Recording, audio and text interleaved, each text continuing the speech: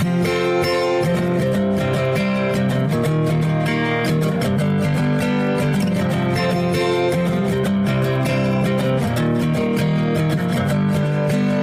welcome back to Cinemavino. It's good to have you guys here with us. We've got Travis Budd. I'm wearing a Superman shirt. He is indeed, and it looks great. Sean Jordan. I'm not wearing a Superman shirt. He's wearing a goddamn Astro shirt. That's right. It's orange, though. It looks nice. It's got some pop to the color. Like, if you're on YouTube, give it a look. Yes. Baseball. And my name's Todd, and I'm just wearing a plain old Sierra Nevada shirt. But an Oklahoma City Thunder champion. Hey-o. That's right. Thunder champion. the fuck up. Yeah. NBA champions. That's right. Feels good. It does. So we're going to kick off a little mini-series doing Superman here. You've been waiting 13 years for OKC championship? Has it been 2011 or 2012? They come over in 2008. 2008. My first, I can tell you the exact day that I became a Thunder fan was New Year's Eve of 2008. When they beat, I don't remember who they played, but they won their third game of the season to improve to 3-30. Hey, I don't know if it was rough. New Year's Eve, they were 3-30. They were 3-30. Nope. I don't know if that just makes sense. I don't know if JJ Barea is listening to this, but hey, man, we appreciate you. Thank you for your service. We love you. But yeah, that was the moment where they were scrappy. They got it out a win, and I became interested in watching them more and more. So, yeah. I can't wait to watch this team lose a bunch. Yeah. And so they gradually started piecing together some wins that season. And so the next season, I tried to watch every game that was available in Tulsa. Not all of them were, but some of them I had to listen to on the radio in the Waterford apartment that I was living in. Oh, yeah. Yeah. Is this become a sports podcast? Yeah. Are we going to talk about how Kevin Durant was getting heads from some girl and farted in her mouth? Yeah. Did you see the video of Kevin Durant? They edited it into like a sitcom intro where everyone's like throwing stuff up to him to sign, and he's just like, can't catch it. No. Did I send that to you? I've seen it. Okay. Yeah. But it's funny. I wonder if we can get the gal whose mouth he farted into, get her on the podcast. Yeah. Talk about what that was like. Do you think she's free? Mm-hmm. Probably. Yeah. She's probably still, around Golden State somewhere. Well, I thought that was in Oklahoma. Well, she probably joined him once he went to. All right. Followed him to the Bay Area. Now he wanted to go join a winter, so she probably did too. Cool. I mean, she's in H-Town now. Yeah, that's a lot of moving around if you're following him. It's a lot of humidity in so many ways. So we're going to talk about Superman Returns. Actually, we're going to talk about this wine because it was delicious. We talked about it off camera. Oh, we all took a sip and went, ooh. Yeah. It's interesting because, we're doing this back-to-back with our Let It Be pod, and we're doing two different bold reds. And so this is the American. So the one we did last week for you guys out there is French. Bordeaux? This one is American. This is a California Cabernet. This is the Franciscan Cab. Same year. Because I was thinking, I want to do a definitive American red wine for one of the most definitive American superheroes. A red bloated wine. Yeah. I mean, it's a real argument of who is more definitively American, whether Superman or Captain America. I think by definition, Captain America is because he's in the name, but then Superman has the mantra of truth, justice, and that's changed, but truth, justice, the American way. Yeah. I mean, because he was all born in Kansas, but here's the thing: Superman is a more global hero. I saw something where originally Smallville was in Delaware. Oh, in the movie, it's in Delaware. No, in the original 1930s, Smallville was in Delaware, not in Kansas. And it wasn't until the 50s or something they kind of retconned that to Smallville being in Kansas. Yeah. In the new movie that it's coming out, what is it called? Superman? Is it just Superman? Superman, yeah. Superman. It's Superman 2025. James Gunn, I just saw the other day that Metropolis is in Delaware. Mm-hmm. But yeah, I didn't know that Smallville. Yeah, OG 1938, Smallville and Metropolis were in Delaware. Which is interesting. And it wasn't that far from Gotham, which was in New Jersey, which was not New York City. Mm-hmm. And Chicago, I guess, kind of now. Yeah. Whacker Drive. Well, because it's Delaware is the size of a pretty large pickleball court. So it's amazing how they're squeezing all this stuff into one great tax haven state. Tiny little state. Yeah. Most businesses are incorporated in Delaware. Yeah. There's no farmland there. I mean, I've never been there, but, there's no farmland there. It's tiny. I've never been there. Yeah. I wouldn't know. Yeah. So Kansas makes sense. I'm not a big vacation state. Yeah. Not going to go out of my way to go to visit Delaware. No. Hi, we're in Delaware. I mean, I've driven through Kansas. There are acres and acres and endless acres of fields. Kansas. My dad's from Kansas. Mm-hmm. Yeah. He's a Kansas from boy. Oklahoma. Mm-hmm. There are acres and acres of fields. Yeah, okay. It makes sense that you would have Superman from here, where it's the like Midwest, wide open spaces. Yeah.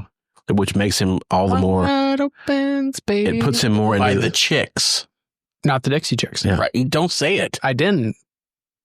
It puts him more in the mythology of America, of like the wide, like you said, the wide open space, like the expansive fields, the wheat fields. The mythos. Yeah. Yeah, he's a real corn-fed superhero. Mm-hmm. Country boy. Mm-hmm. But, Right. to countrified, Sunday school teacher type people, it's like he's a good old down home American hero. He ate grits and he got Southern living. Yeah, he knows what grits are. Mm-hmm. Southern bring up. So He might work in Metropolis, but he knows. He's got them values. He knows what red-eye gravy is. I went with it. He's been to a Waffle House before. He's had a chicken fried steak or 6. So he, Easy. I went with a classic American Cabernet. He eats corn on the cob the long way. So tell me about this California Cabernet Sauvignon. And it's funny, you can taste the difference in this and the French wine that we had in the last podcast. Yeah. Well, there's the terminology in wine is New World, Old World. Right? Mhm. This is very New World. It's fun, accessible. It's a good standalone, Front center.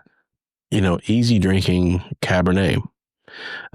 This will go well with food, but this is a great social wine. I mean, if you have people over, this is something you could pop up for $20. It's borderline jammy. It has almost a jam of a red Zen to it. Yeah. So, Yeah, if we were drinking this, I probably would have drank this first and then had this as the follow-up bottle. Yeah. Then again, The French. this one makes it pop more because after you've had this and you're like, yeah, that's good. And then you have this one and you're like, Yeah. well, Yeah. the Bordeaux we had for the last episode was a lot leaner. It was a lot more austere would be the word. Yeah. Bordeaux feels more sophisticated. Mhm. It's more, austere.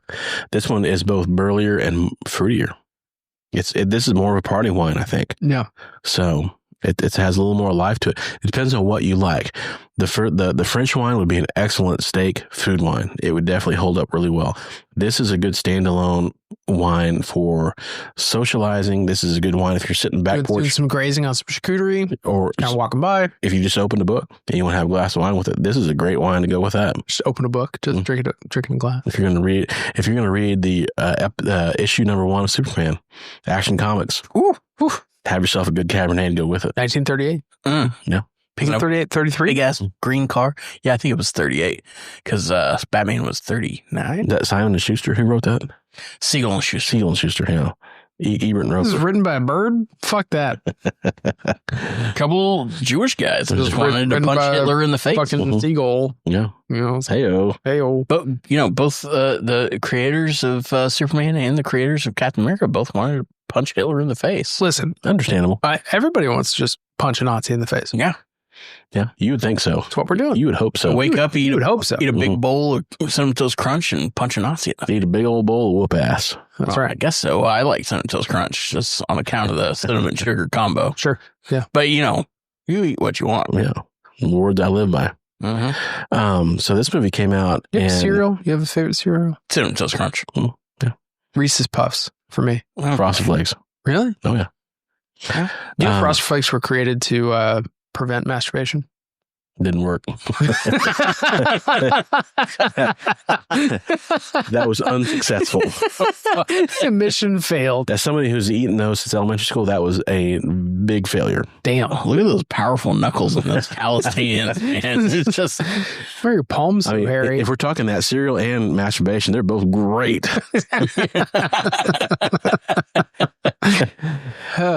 So, Superman 2006. came out Superman July of Returns. 2006. Grossed $390 million. it was at a $250 million budget. So or the initial, 200 and- that budget you're seeing is factoring in all the failed attempts to make the movie. They factored all of that in. Oh. The original budget for this film was around 205 to 210 million. Once you factor in the Nicolas Cage and all the Kevin Smith, all the attempts to make it, you Spider get, in the third act. yeah, No. Thanagarian Snare Beast. I love that. Thanagarian Snare Beast. it plays. Yeah. So you get 250 million. So this was a big box office disappointment, considering that, it made more than it cost, but for a Superman movie, and especially disappointment in a lot of ways. Yes, that's very true. So this movie, this production, it languished in what the industry calls development hell for a long time before it was actually made. At least 10 years, but probably more than that. Because they had struggled to come together with the script. They struggled to find the right actors. The whole vibe really struggled to come together for a long time. Who was the shitty producer that wanted the spider? I believe it was John Peters, who was Barbara Streisand's hairdresser. Yes.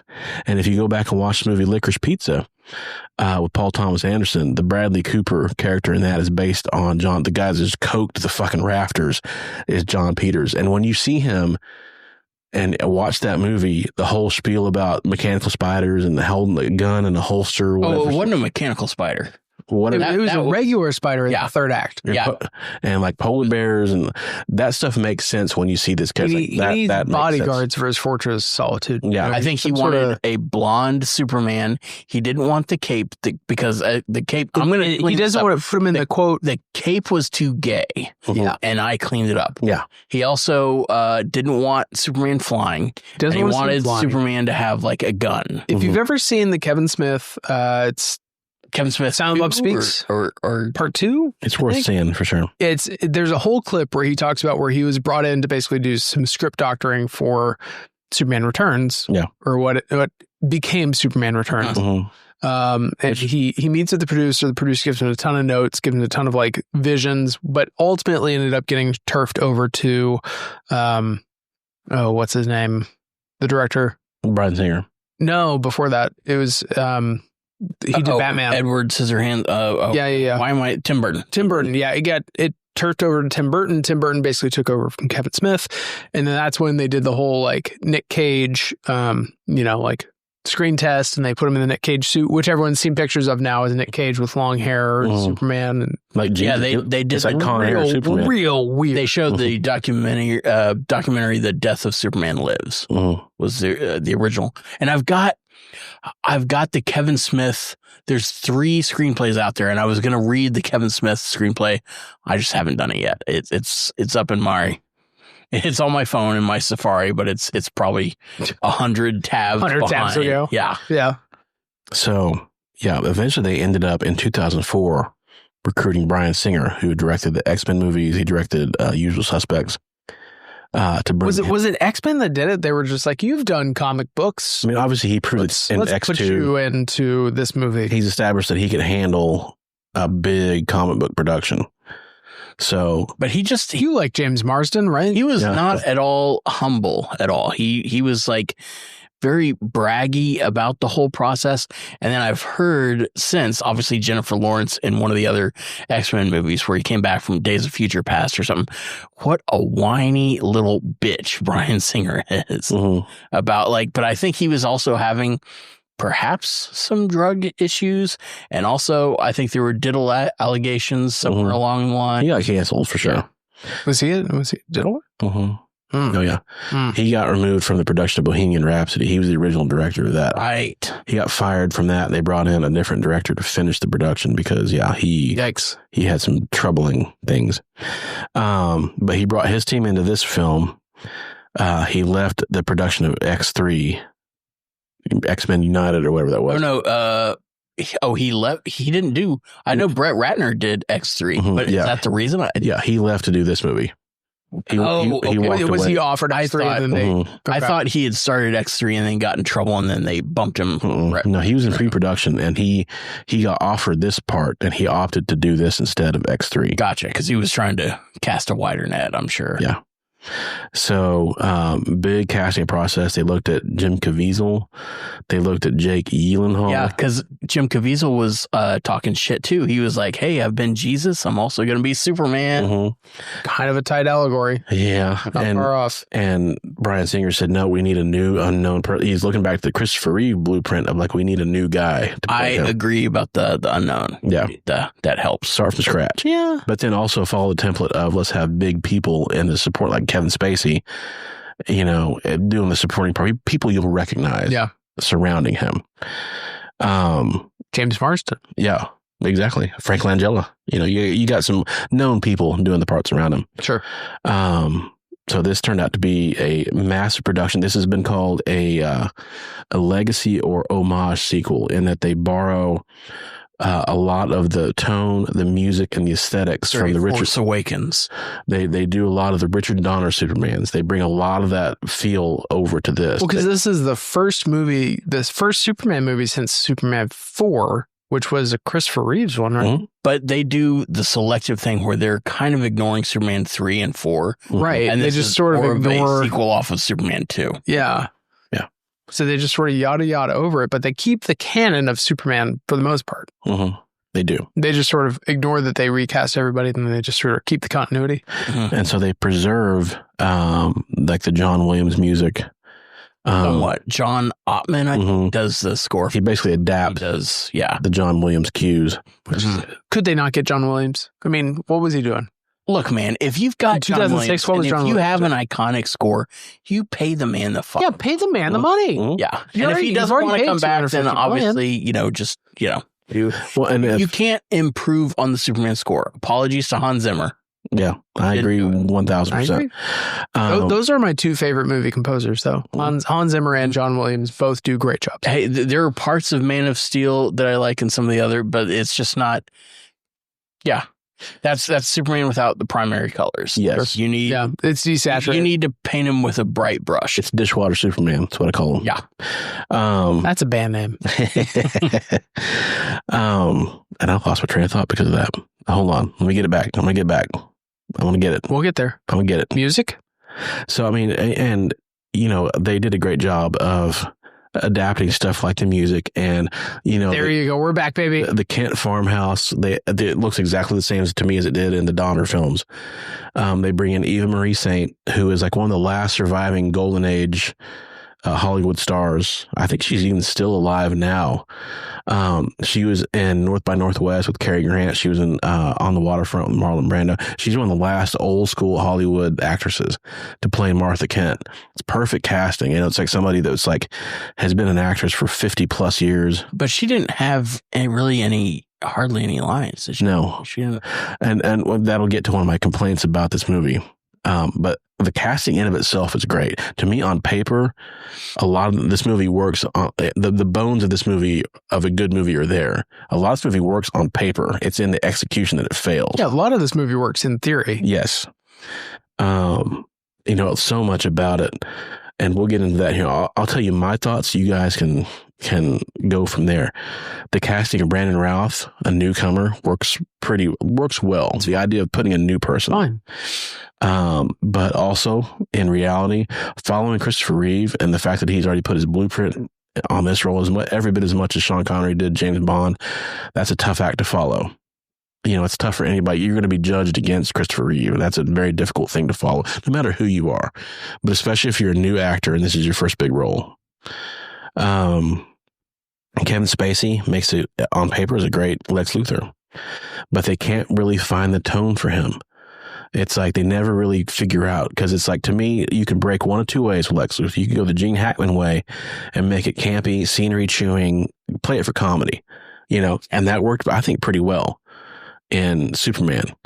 Because in my opinion, this will be kind of a controversial statement, but I think Superman is a little bit of a bland central character to build around. He's a Mary Sue. It's very much like he is perfect in every way. You kind of have to add color around him to in the margin, make it a compelling movie. Yeah. And so having Gene Hackman be this colorful, like quirky, scenery chewing villain works well because it adds some interest to the movie. Having Ned be like Mr. Luthor, it's like it gives you something. Yeah. You got to have some dumpy, like, it's funny. Hey, Mr. Luthor. Yeah. We was just messing around. Well, you've got a character like Superman who is Captain America with every superpower you can think of. Mm-hmm. If Captain America could go and pluck all the bad guys out and be like, all right, but then realizes, well, wait, just because I can, should I? Mm-hmm. Like, I've got all this power, but what is the best way to use it? Yeah. To not be scary, to keep myself endearing two other people to be approachable and just not try to be a god of a planet or a totalitarian. Yes. Yeah. You know? He tries to, it's the pulling back. That light touch of There's the strength. hero's conundrum of how much do I intervene? Like what I can't be everywhere all at once, but I need to be the hero. I can fix everything if I didn't care about the consequences. Yeah. Right. But he's always thinking about the consequences. He's always trying. Yeah. He's painting himself into a corner too and trying to. That's what I think is interesting. So, returning to Lex Luthor, it's like he could break one. He could be the campy, scenery chewing guy, or to me, he could be the intimidating, like scary, like imposing supervillain. You know, where you get somebody who's larger than life to play him. The Justice League version of Lex Luthor, because you know what I'm talking about, right? The animated version. He's so good. That Lex Luthor's a very good Lex Luthor, and it's very intimidating and very capable. Yes, and you could break either way with that. Yeah, and Jesse Eisenberg kind of broke that direction more than the campy. No, he was Mark Zuckerberg. He was the tech version of that. Yeah, he was Mark Zuckerberg if he went like that's what they based him on. It's hard to they not saw see Mark, that. They saw him in The Social Network, and Zack Snyder was trying to be like, oh yeah, if Lex Luthor was made now, he'd be like an evil Mark Zuckerberg. And like, hold on, he'd be a you tech played billionaire. Zuckerberg in The Social Network. Let's just get this guy. Yeah. No problem with Jesse Eisenberg, but he just didn't work. It's not compelling, but he was a capable Lex Luthor. I'm lying. He was perfectly cast, not well executed. Yep. Same thing Would with have been Kevin Spacey. perfect. Yeah. Jesse Eisenberg is a great actor.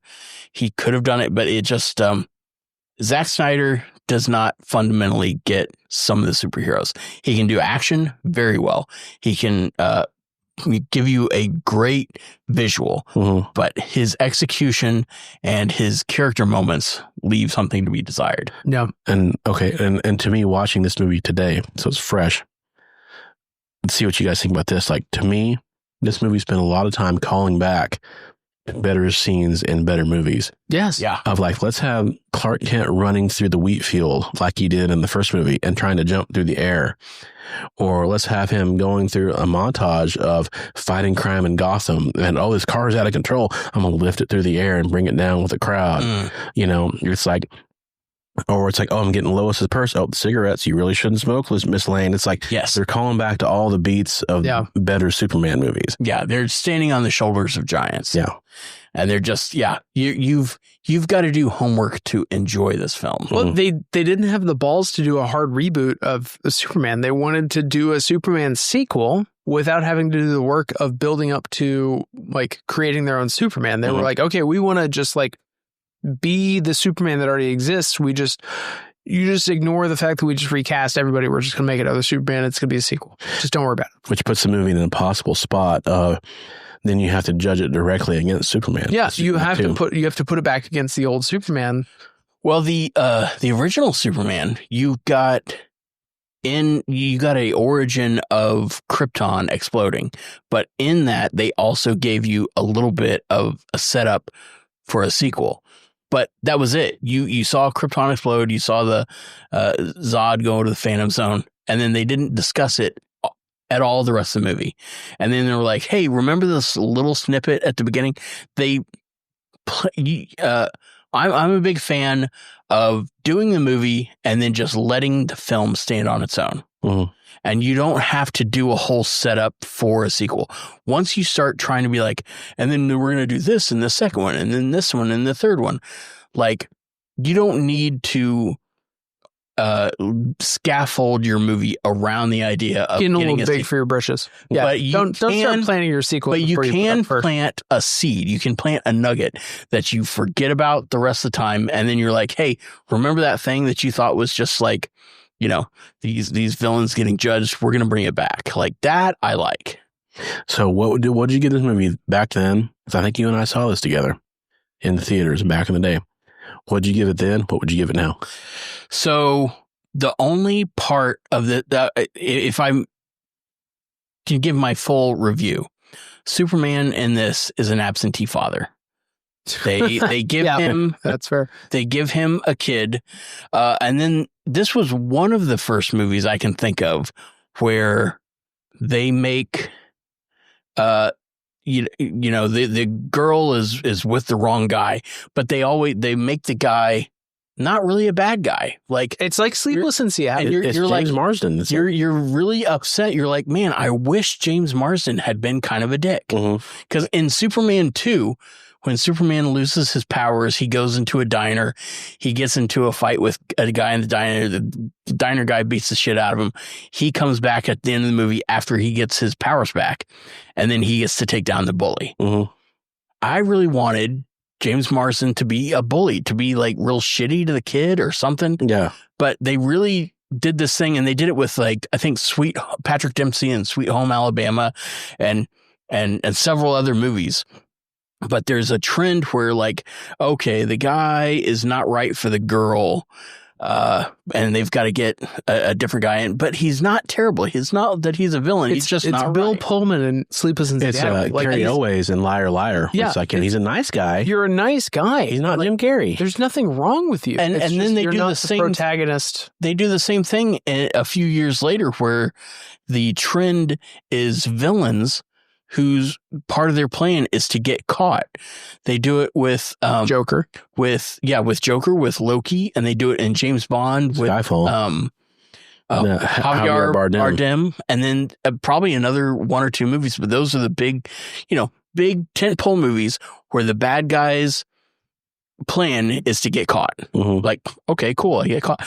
This is, I guess, what Kevin Spacey has already gotten out of jail, and then gets some old biddy 7 with Kevin Spacey to get a yacht. Like, gets her to, oh, you know what? And I think that is, hold on, the woman that dies that gives him the yacht, I think that is the Lois, the original Lois Lane from the original that's cute. Christopher Reeve.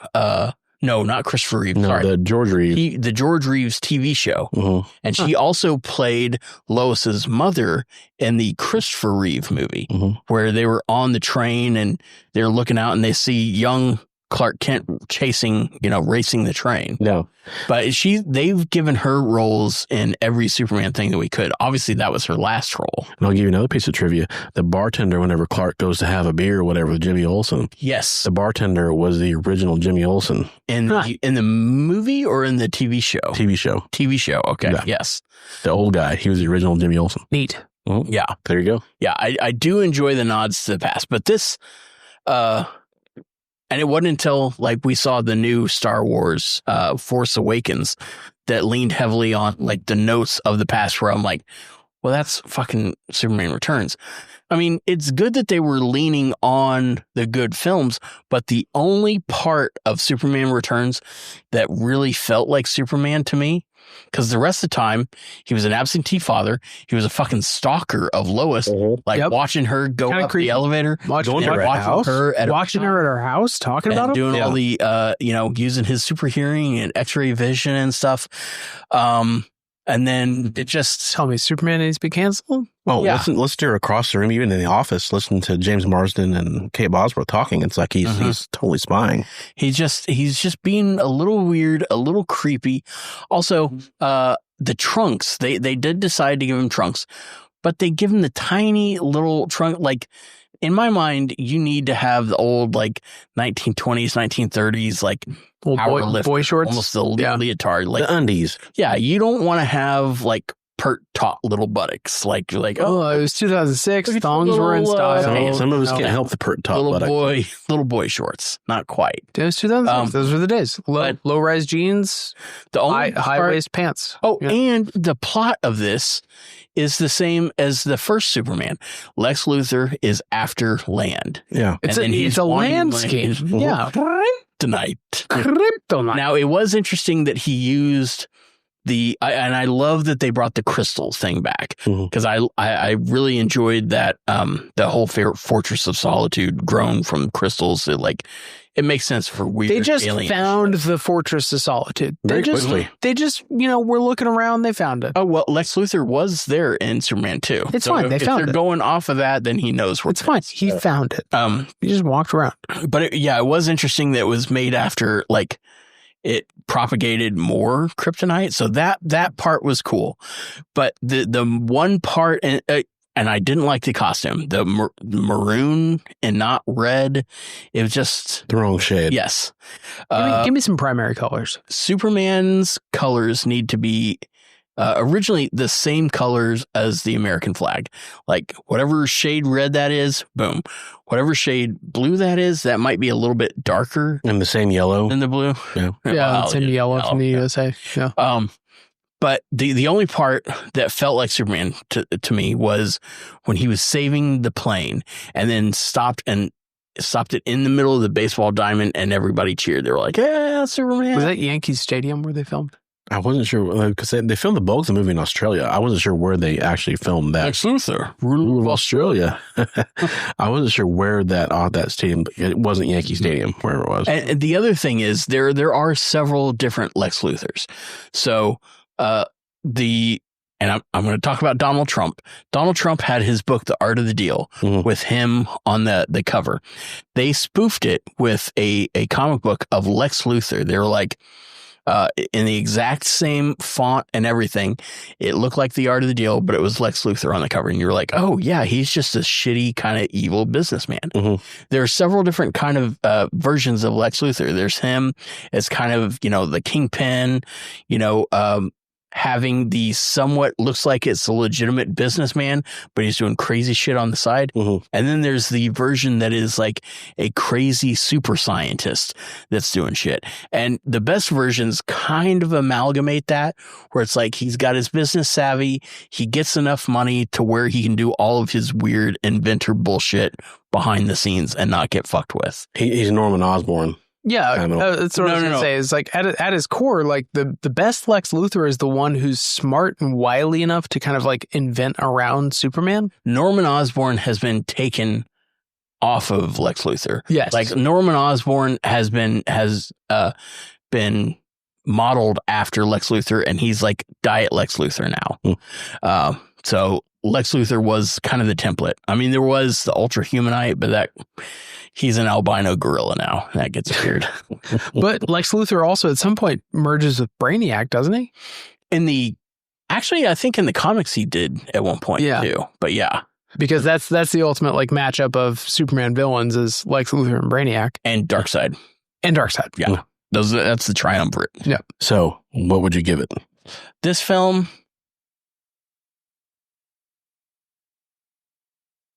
now, today, probably a 6. Back in the day, I would probably have given it a 7. But it's just not, it's not something I go back and watch. No. It's not there for me. Same. It's fair. Kay Bosworth did a great job. Yeah, she's great. Parker Posey.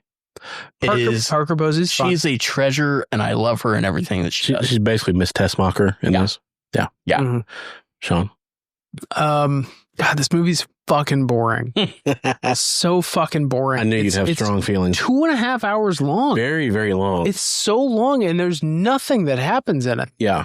Like, it's 2.5 hours, and I spent an hour and a half of just like Clark being like, I'm back from vacation. Oh, and then he's Jesus at some point. And then he's Jesus at some point. It's so boring. Nothing happened. And they hit the same notes of like, oh, he's back in the field again with the little spaceship that crashes. Yes. And they really want to kill him, but they know nobody wants to do a good Doomsday film. They all are like, hey, Death of Superman was great. We want to get there somehow. But they don't want time to do it. The only good thing that comes out of this movie is the shot of him getting like a bullet to the eyeball and it just flattening and then tinking to the ground. Yeah. And then you don't see what happens to the henchman. Like whatever the bad guy was, no one knows.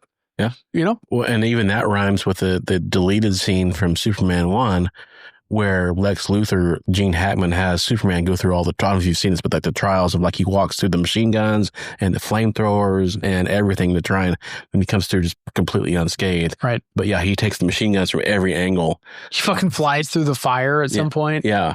Dumb plot points. Yeah. Dumb beats. Just boring movie. But you even watch the bullets and the guy shooting the machine gun off him. It's like that's from the Gene Hackman. Well, and it's like they did that same beat. They just did it with better graphics, which like that was cool. That's what they won awards for. Is like this was a cool graphic. Yeah, that's it. It's not a good movie. I memory hold this. Like I forgot that I had watched this in 2006, and I was like, "What movie are we watching? Superman Returns." Oh, I saw this. Kevin Spacey. It's Kevin Spacey's Lex Luthor. Yeah. Why did this movie exist? Yeah. It just like I deleted it out of my memory because it's so unmemorable. Yeah.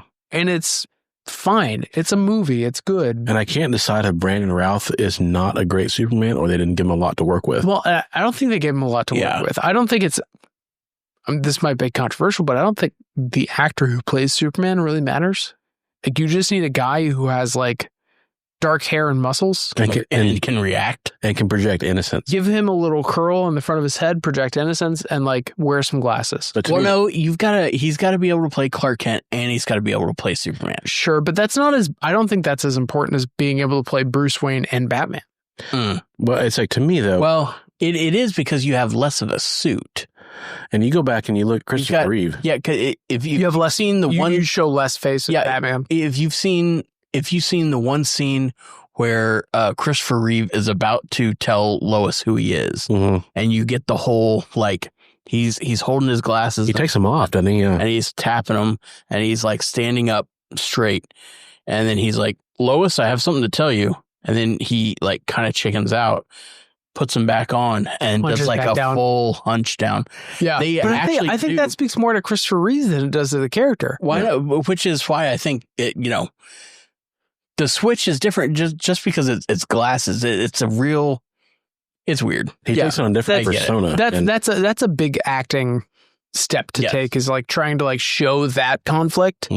But I don't think the actor of Superman is a huge deal. And maybe that's controversial. Right. I don't know. I can agree with half of that. Like I see what you're saying. Like Routh is not like, I don't think he's so pivotal to this movie being a flop. No. Routh. Okay, I thought you said Ralph. Ralph. King Ralph. No, he's not the reason why. No. But at the same time, like I don't think putting another actor into this spot would make a huge difference. No. You put Henry Cavill in that spot, like it does make a huge difference. No. I think Henry Cavill's a great Superman. Yeah. He also was underutilized. But there's the whole like B plot of like him siring a child who is also a superhuman. But has to use his albuterol to breathe. Right. And which is weird. Well, and they try to do the whole parallel thing with like his childhood with Superman's childhood with the flashbacks in the first act. Father of, like, becomes the son and the son becomes the son becomes the father. The son becomes the father. They're leaning on all the Marlon Brando. Marlon Brando voice. Son, speak.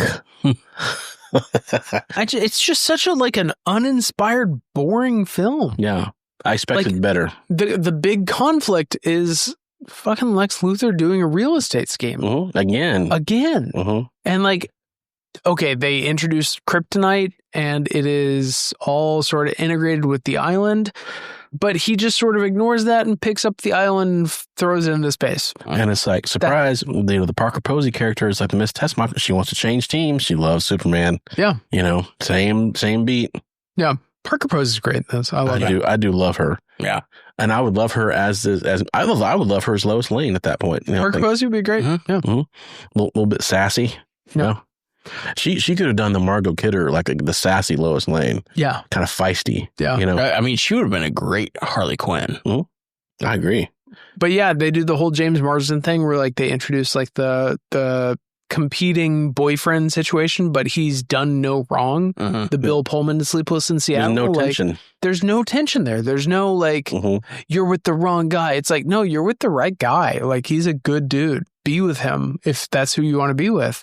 Maybe have his character secretly in league with Lex Luthor doing something behind the scenes. Do something sneaky. Sabotage it. Yeah, make me dislike him so that I'm not like, okay, this is kind of skeezy that Superman's trying to slide in and break up this relationship. Other than the fact that he's got a kid with her. Sneaking in little boys' rooms. Yeah. He's looking through the walls. Weird.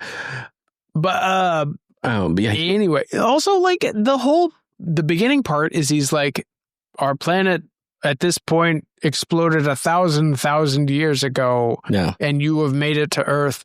And he's like, yeah, 5 years ago, I went off and I went to Kryptonite. Mm-hmm. Nothing's there. I flew back. No big deal. What? Yeah. What? You did it in 5 years versus the 1,000 years it took you to get from Kryptonite to Earth? You will see my life through your eyes as you will see my life. Frankly, I think it's bullshit. Yeah. One of the moons of Krypton called Wegthor. And then apparently the god that they Wegthor get you? is Rao, R-A-O, is their version of God. Like, isn't that the Egyptian god? Yeah. Not Ra. The human head weighs 8 pounds. Oh, yeah. I give this a 5. This is a 5. That's exactly where I am. This is a 5 for me. Yeah.